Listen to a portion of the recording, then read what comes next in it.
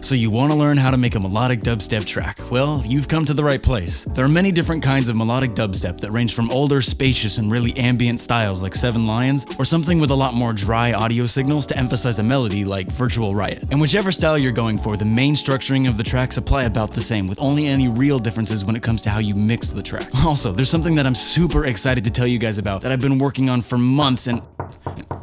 What's that?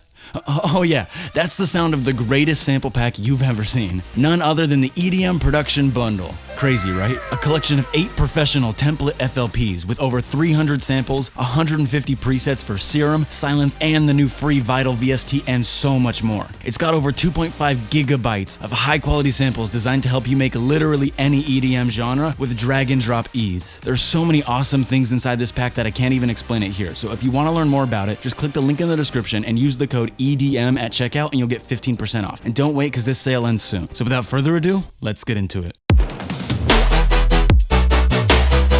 For anything dubstep or melodic dubstep related, start by setting the project to somewhere around 140 BPM. Also, one side thing to note, the project that I'm actually using for this tutorial is one of the templates from the EDM Production Bundle. And while using it, I was able to make this entire track from start to finish in under 2.5 hours, which really just shows how fun and awesome it is to use so you're not constantly stuck in that production phase of getting your ideas down into the DAW. When starting off with the chords, I took a weird pad, made a bass line, and built the chords up from there.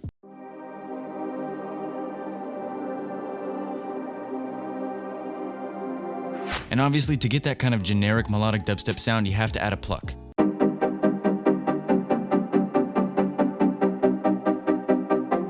And one good trick to keep movement and variation in the song is by adding a cutoff filter to the pluck and opening it up as the song goes along.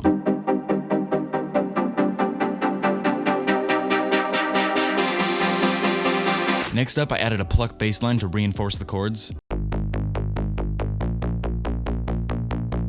And I added this really cool ARP sound that I actually used a volume automation to keep everything in line with the chord rhythm.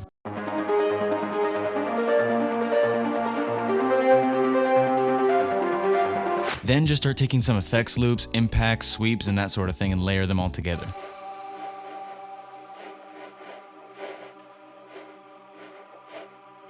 For the build-up, I'm actually pretty happy with this one because it was literally just dragging and dropping and it sounds amazing.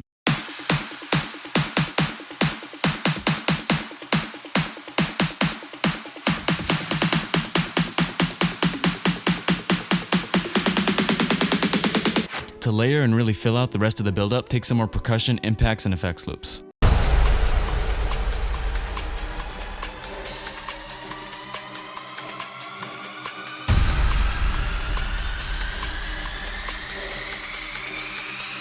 And one really quick and easy way to fill up your build-up is to just take your super saws and all your basses from the drop and low pass them and fade them in, but don't actually include the sub bass.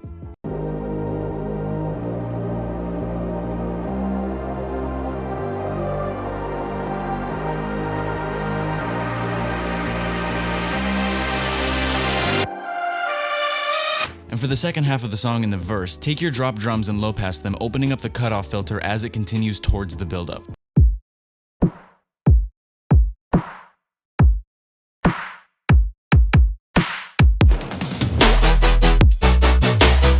For the drop, I took a really heavy dubstep kick and kind of that iconic signature dubstep snare. And I also layered it with some percussion and hi-hat loops. Then it's just kind of about filling in the blank spots using tom rolls or bass loops.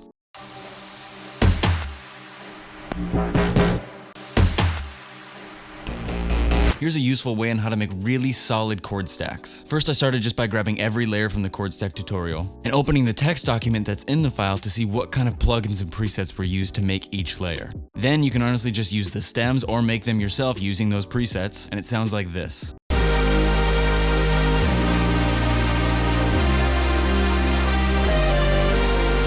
And moving back to the project, you can go layer by layer and kind of double up on things. So for this one, we have the deep boy.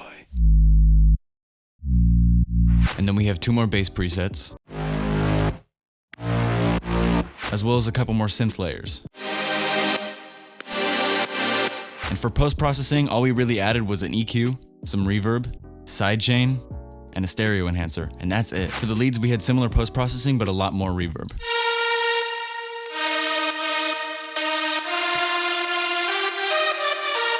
And then for the second drop later in the song, try trimming all of your effects and all of your drums, and then using a balance automation to cut off your synths, and it gives this really cool stutter in the beginning of the drop. Honestly, I had a ton of fun making these melodic dubstep tracks. I think they're one of the most fun genres to produce, and I'd really love to hear what kind of genres you guys like to produce down in the comments below. So with everything together, let's hear what this finished banger sounds like.